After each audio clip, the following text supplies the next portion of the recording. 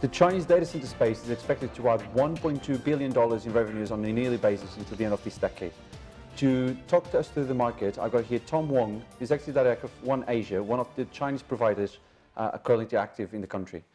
Tom, thanks a lot for talking to Frontline. What is happening in China right now that is propelling all this data center development? You've got a population of about 1.34 billion people. Half of the population is more or less connected to the internet now. You're adding between 70 to 100 million people a year, which is huge. No other country in the world is doing it.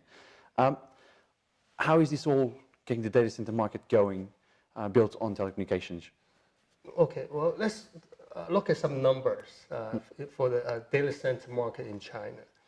As we speak, in 2018, we expect to have about 130 billion revenue, or this in Chinese yuan, 130 billion of 2018. It expects to grow up to 250 billion in 2020. This is all OneAsia or the no, market? This is the market. Okay. The market just for okay. China itself. And for the cloud, we expect to reach 400 billion by 2020. Both have a compound growth rate of 35% per year. So as you can see, the market is huge in China. At this stage, it's not fully saturated yet. I would say this is only the beginning. It's not going to get saturated very soon, that's for sure. Well, to me, cloud started to get popular now, probably a few years ago. And IoT, Internet of Things, or 5G is not here yet. So when those go into the market, there will be new application, new usage, and edge technology, which add another new layer to the picture.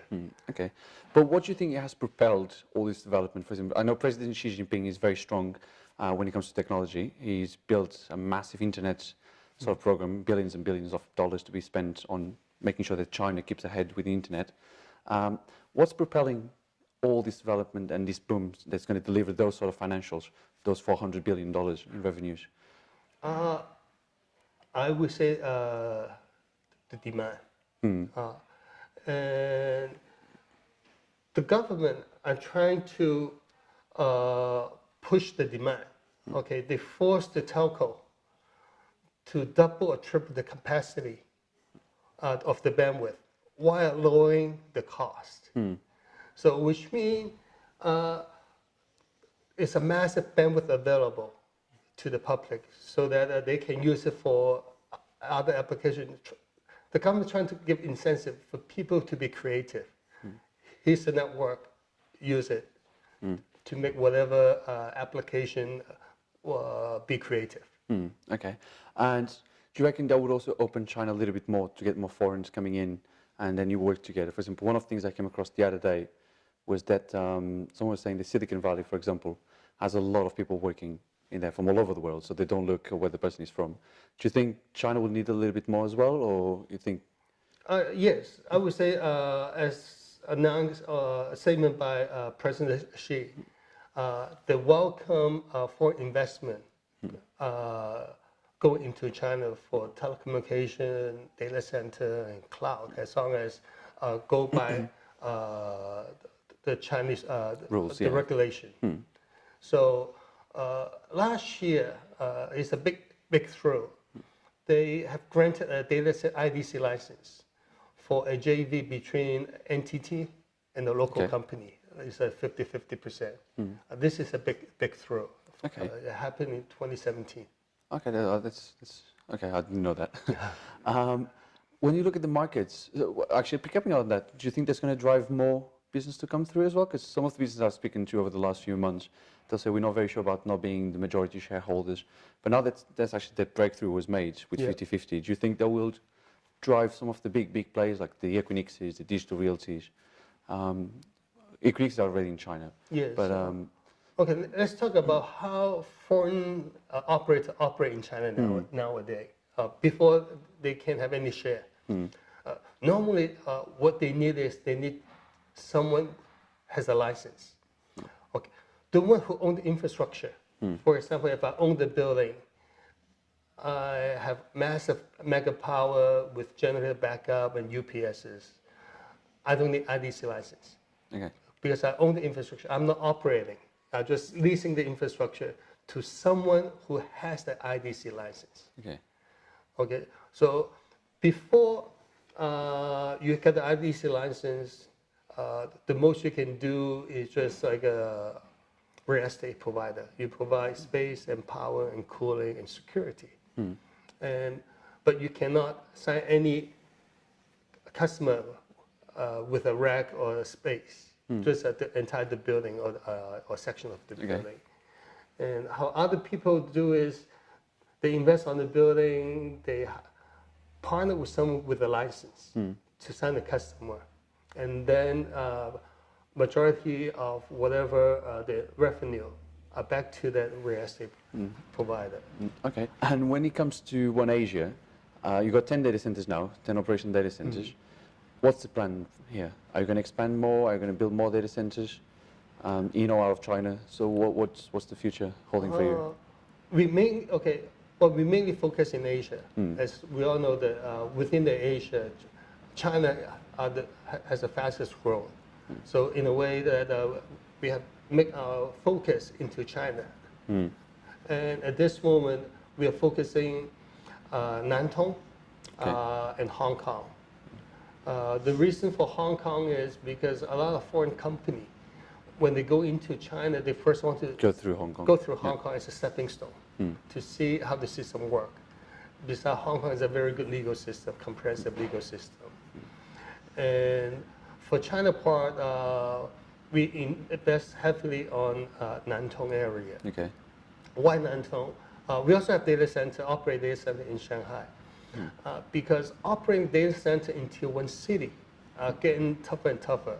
Because the government... There's a lot of competition. Yeah, not the competition because of the power issue. Oh, okay. Okay, in China, it's a sufficient power. But because the China had agreed on decrease the carbon footprint 30% a year. To certain time, you have to cut into about 50% of. So that's why the government have to be weighted for every carbon footprint, carbon coupon that you consume. You have to contribute certain GDP growth to the city. And for Tier 1 city, it's quite difficult to generate a lot of revenue for data centers. So there's something that even foreigners, when they go to build a data center in China, there's something that they need to take into account. Yes. Okay. Okay. Nowadays, the carbon quota are quite difficult to get from the government for Tier 1 city. So that's why we have to move to the Tier 2 city like Nantong, or just like right outside of a Tier 1 city. And how does the system work? How do they evaluate how much you consume and how much you waste and how you return it back? Well, what's the process? A couple of things. With the carbon quota you consume, you have to create certain employment for the society. Okay.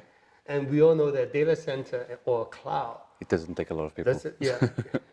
I can probably man a 300 rack to 3,000 rack, well under 50 headcount, for the same. So that alone is not encouraging business from the government. Okay. And for the tax-wise, it does not generate a lot of new opportunity. So that's why the government are pushing those like a data center or cloud to the Tier 2 city, up, not the Tier 1. Okay. But at the same time, data centers will be needed, so they will have to be built. It is needed, yeah. And one of the interesting things as well was the regions that the Chinese government created in China. And not maybe regions, but where you can get some tax cuts to build data centers. And then even local authorities, they are incentivizing companies to go there and build data centers. So there's something quite interesting that was happening in the US for a long time, and then China is also doing more or less the same thing, maybe to a larger extent. Yes. This is probably on those like a very remote area where the government tried to like open up a new industry where they have a lot of incentive program like tax rebate or or supporting fund from the government. Okay. And then lastly, looking at the One Belt, One Road strategy, so quite a well thought through strategy for the next few decades for China, and nearly a $1 trillion project. How will data centers play their role here? Are they going to be built along the road? Are they going to help new cities to flourish? Definitely. For the One Belt, One Road, the three state-owned carrier, China Telecom, China Unicom, and China Mobile, are already investing money to build the fiber along the One Belt, One Road. This is always the first step. The network always goes first. Connectivity, yeah. Before the data center and the cloud. So as they built as they completed the dark fiber and then the infrastructure for One Belt, One Road, not to mention the data center, cloud, and then the application will go in. Okay, Tom, that sounds very good. Don't forget you can follow Data Economy on Twitter, Facebook, and LinkedIn, and also visit the website on www.data-economy.com.